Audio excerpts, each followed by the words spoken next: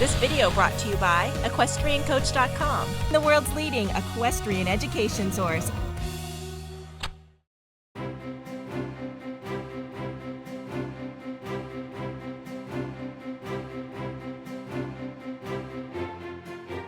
This was Madison Square Garden, the National Horse Show, 1959. I was the cover of the program. This tape is very dear to my heart because it was our indoor circuit, which without question was the greatest indoor circuit in the world at that time. All the top European teams came over. South American teams, the Mexican team was on fire through the 50s. The shows were of the highest class, the highest competition. This was Mrs. Whitney Stone, Mr. Whitney Stone, Mr. and Mrs. William Joshua Barney. Mrs. Barney there was, these were people that ran the world. Doc O'Day, the team vet. Andrew Montgomery, a great team supporter.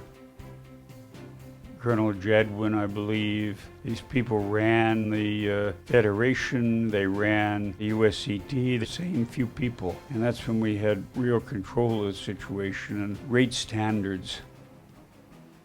This was an exhibition at the Garden of Roman riding in chariots, and it was really dangerous. And people were hurt right and left. It was quite hair-raising.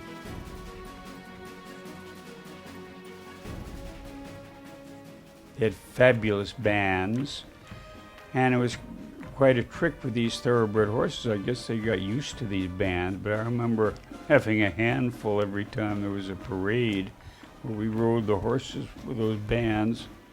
And this is walking the course, which was more social than technical in those days. Here's BERT Timothy. He was always impeccably turned out. And here is his team, Bill Steinkraus, Hugh WILEY, Frank Chapeau, and myself, also impeccably turned out. And here's Captain Bill Steinkraus.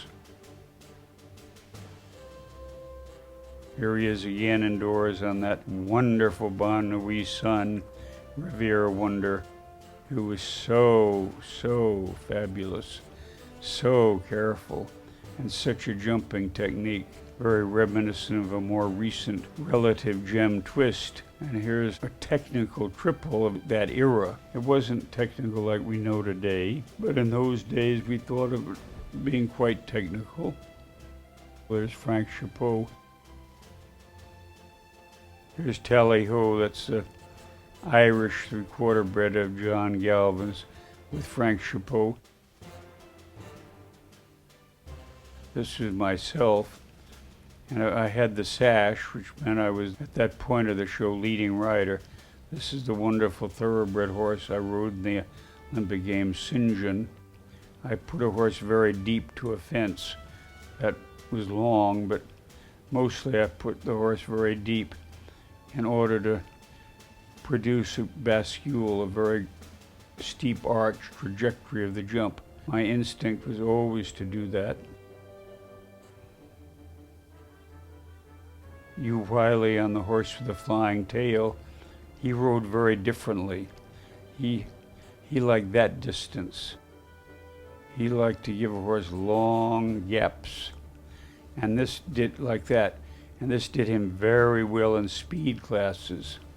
He'd leave out stride right and left, and still this quarter horse thoroughbred turned on a dime.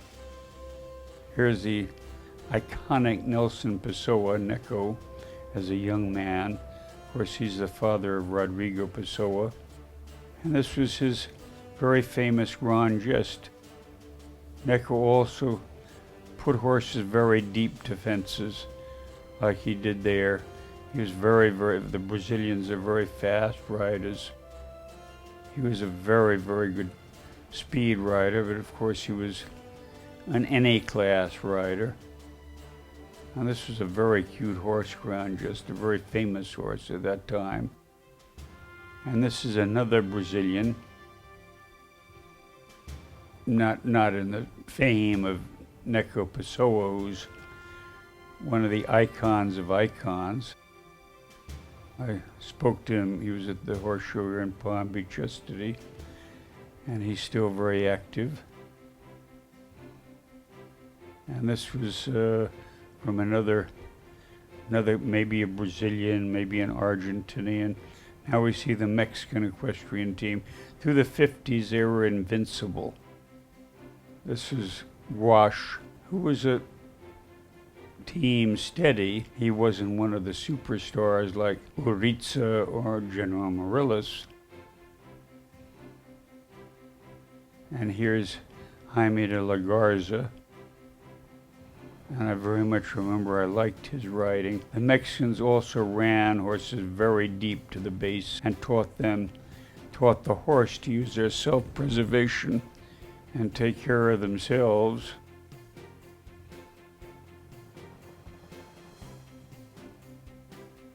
This horse had very big scope, but he hung his legs. Tommy GAYFORD, as a younger man, Canadian ace. This was a very, very, very successful and very cute horse called Blue Bow. He was mostly Percheron thoroughbred, but he, as you can see, was very cute jumper, a very cute jumper, very careful, very, very successful. Super front end. I particularly liked that horse, I remember. Doug CUDNEY, another stalwart of the Canadian team. Tom GAYFORD and Jimmy Elder were the aces. He was a consistent backup.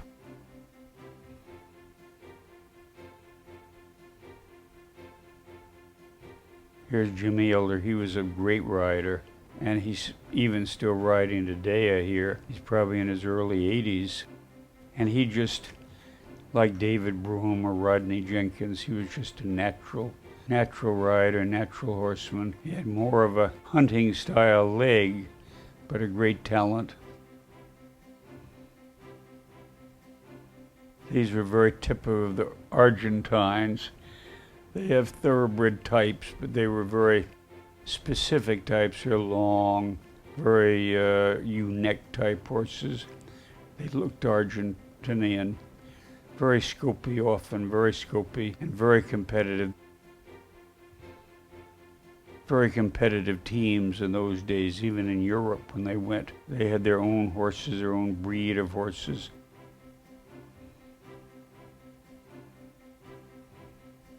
This is a typical Argentinian horse, very long, very thoroughbred, very ewe-necked, very high-headed, but very scopy. Very, very scopy, as you saw there. Bill Steincrest, myself, we must have won the Nations Cup. Frank Chapeau. Here's Bill Steincrest on the thoroughbred Zara d'Esprit and the Puissance. And this horse could hand canter 6'7", 7 foot, 7'6". You could hand canter it. The fence you'd worry about was the first little fence. Now we get to more national riding. Civilian, you'll see in those days, national jumper riders were a rough and ready group. They were good horsemen, good friends, but nowhere near the style of the international riders. BERT Firestone, I saw him at the show yesterday. And he's very famous now because of his daughter, Allison Firestone's success. This is a wonderful little dun mare called Golden Chance. She was a wonderful amateur horse. But BERT and his wife have been great supporters of the sport. And Dorothy McLeod, Dorothy Jane from Chicago, on a very, very famous national horse called Windsor Castle, who had immense jump, was very careful, but very, very hard to control. He was very, very hot and very strong. And she did as well as anybody did on this horse. Johnny Vass, again from upstate New York, on a little horse called Oklahoma, who was a wonderful soul, this horse, and he won quite a bit. He was a sweetheart, the horse. He wasn't my favorite, to be honest, because he jumped so flat. Adolph McGavro, who worked at the horse shows until he recently died, he was a wonderful rider. And I thought of him as a stylist. Despite that leg, most of the national riders in those days kicked their legs back and jumped out of the saddle. It was sort of a fashion. Of course, this show also had lots of divisions of saddle horses, hackneys, great exhibitions, fine harness horses. And they were all legendary horses and horsemen. And looking at these wonderful tapes, I remember the elegance, the atmosphere. I was addicted to the National Horse Show. You just couldn't get enough.